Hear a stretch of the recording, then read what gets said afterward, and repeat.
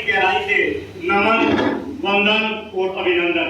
इससे पहले मैं अपनी बात शुरू करूं, परवीन भाई ने अपनी ओजस्वी वाणी के द्वारा इस सभागार में आप सभी के बीच में जैसा जोश भरा और खास तौर से भी ताली बजवाई, भाई मैं भी चाहूंगा देखो इस भाई के लिए स्पेशल ताली सारे हाथ ऊपर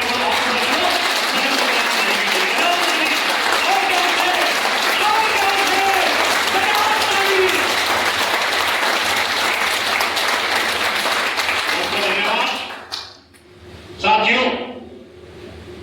परवीन भाई से पहले आदरणीय बड़े भाई ने अपना उद्बोधन दिया,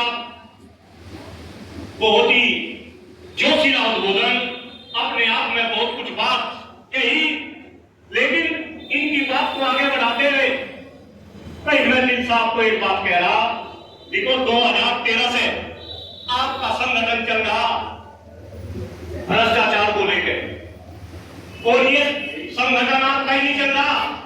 भ्रष्टाचार की लड़ाई केवल आप ही नहीं लड़ रहे, इस देश के अंदर राजनीतिक बात में नहीं कर रहा, सामाजिक बात कर रहा।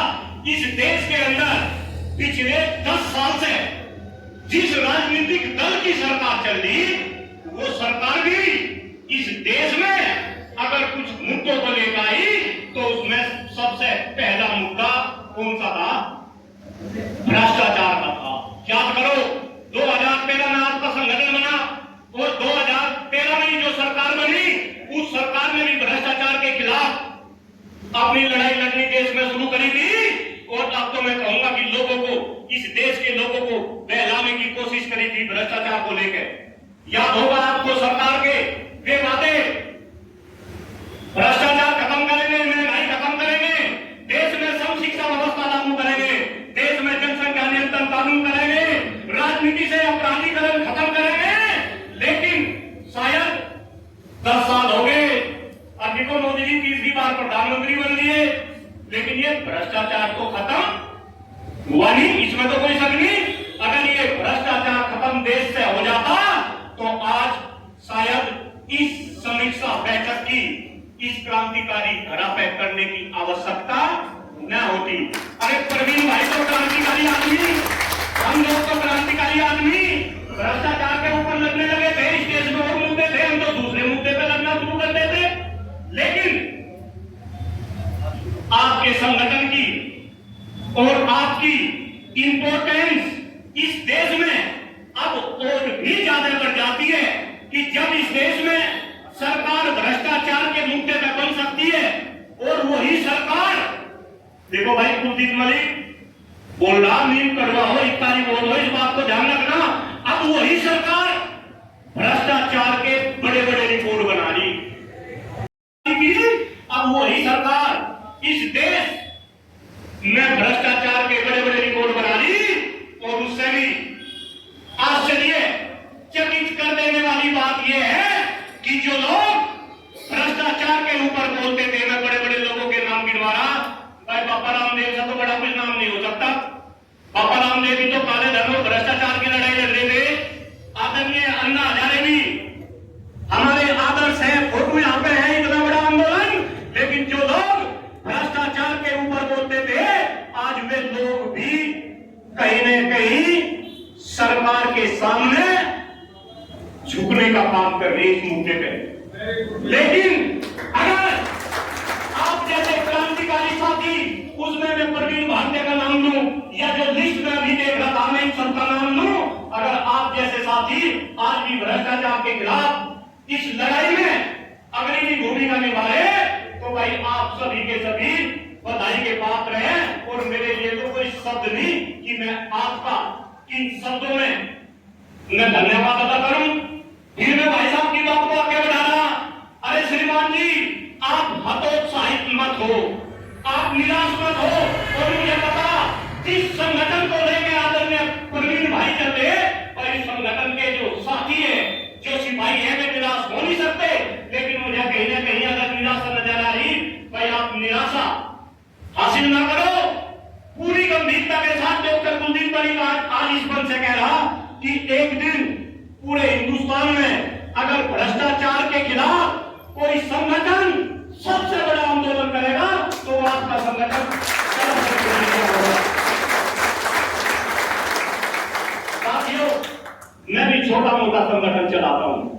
संगठन को चलाना, और वो भी इतनी विपरीत परिस्थिति में जहां केंद्र में और राज्य में इस तरीके की सरकार हो। बोलने में बुलडोजर चल जा, बोलने में क्या चल जा, बुलडोजर चल जा। और हम ऐसे संगठन के बैनर तले इस तरीके की बात कर रहे तो शेर का जिक्र होना चाहिए। अभी सरदार भगत सिंह की बात हो रही, अभी सुखदेव की बात हो रही, चंद्रशेखर आजाद की बात हो रही। मैं बिल्कुल गंभीरता के साथ इस बात को कह रहा कि ये जो भाई है ना, ये इसमें चंद्रशेखर आजाद की डॉक्टर कुलदीप वाली को अलग अलग चलावे। इस भाई का मैं बहुत बड़ा फैन हूं। और देखो काम प्रवीण भाई, ये सदा पता आप में से भी कम से कम आधे से ज्यादा लोग ऐसे होंगे जो मेरे से परिचित होंगे। काम हमारे लिए ऐसे ही है, लेकिन भाई एक प्रवीण भारतीय से काम नहीं चलने का, एक डॉक्टर कुलदीप मलिक से काम नहीं चलने का, एक सुरेंद्र सौरभ से काम नहीं चलने का। आपको घर घर के अंदर प्रवीण भारतीय बनाने पड़ेंगे, आपको हर जनपद के अंदर प्रवीण भारतीय बनाने पड़ेंगे, आपको अपनी आवाज बुलंद करनी पड़ेगी। भाई अभी शिक्षा की बात कर रहे थे, स्वास्थ्य की बात कर रहे थे। अभी 4 दिन पहले, चूंकि मैं भी शिक्षा क्षेत्र से जुड़ा हूं, 4 दिन पहले आप ही के पास में अमरोहा जनपद में अपने विद्यालय के अंदर, अपनी क्लासरूम के अंदर फांसी का फंदा लगा के आत्महत्या करी। आपको इस बात का पता होगा, लेकिन उसके पीछे क्या कहानी थी हमें कहीं ना कहीं इसके बारे में भी समझना पड़ेगा। जो मिड डे मील आपके और हमारे बच्चों को मिड डे मील दिया जाता है सरकारी विद्यालयों के अंदर, उस मिड डे मील के अंदर भ्रष्टाचार होता है।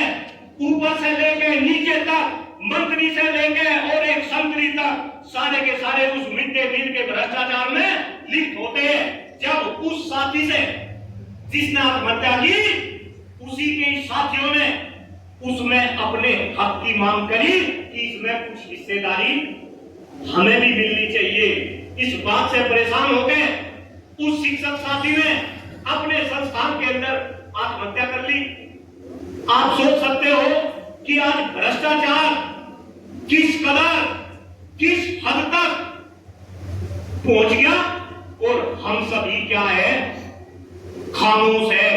यहां भी इस सभागार में जितने बैठे, और हम तो भ्रष्टाचार के खिलाफ लग रहे, लेकिन पूरी गंभीरता से मैं कह रहा कि क्या हम भ्रष्टाचार का शिकार नहीं हो रहे हैं ना? क्या हम भ्रष्टाचार का शिकार नहीं हो रहे हैं ना? इतनी बड़ी समस्या ये भ्रष्टाचार की है। साथियों, ज्यादा कुछ ना कहते हुए, क्योंकि मुझे पता समय कम है, भाई मैं तो आपसे एक निवेदन कर रहा, भाई इस देश को, देश के प्रधानमंत्री, नाम सुना भाई, राजनीतिक मंत्री में राजनीति की बात हो रही, लेकिन इस देश को, इस देश के प्रधानमंत्री 2047 तक विकसित बनाना चाहते हैं, है ना?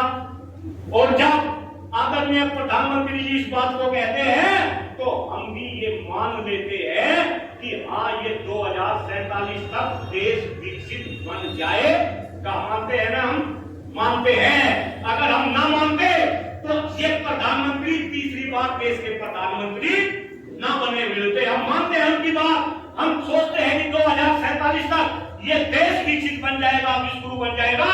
लेकिन मैं आपसे पूछता हूँ, जिस देश में आज अभी भाई ने बताया पर्यावरण को लेकर हम काम कर रहे, जनसंख्या को लेकर हम काम कर रहे, जिस देश में आज सांस लेने के लिए हवा न बची हो, पीने के लिए पानी न बचा हो, खाने के लिए खाद्यान्न न बचा हो, जिसकी शिक्षा व्यवस्था बद से बदतर हो चुकी हो, जिस देश के अंदर शिक्षक आत्महत्या करने पर मजबूर हो, और जिस देश के अंदर करप्शन देश की लोगों के अंदर घुस चुका हो, और उस करप्शन के ऊपर देश में कोई बोलने वाला ना हो, क्या वो देश कभी विश्वगुरु बन सकता है? आया ना?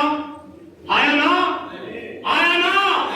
तो आपको कहीं ना कहीं ये सारी बात समझनी पड़ेगी। करप्शन के खिलाफ, भ्रष्टाचार के खिलाफ आपको लड़ना पड़ेगा, अपनी आवाज आपको बुलंद करनी पड़ेगी। और भाई चूंकि मैं पूरी यूपी में, पश्चिम उत्तर प्रदेश में घूमता हूं, जिस तरीके से आपके संगठन का नाम है, और मेरे सबको जब मैं जाऊं भाई, कई भाई पूछे लोगों, भाई वो तो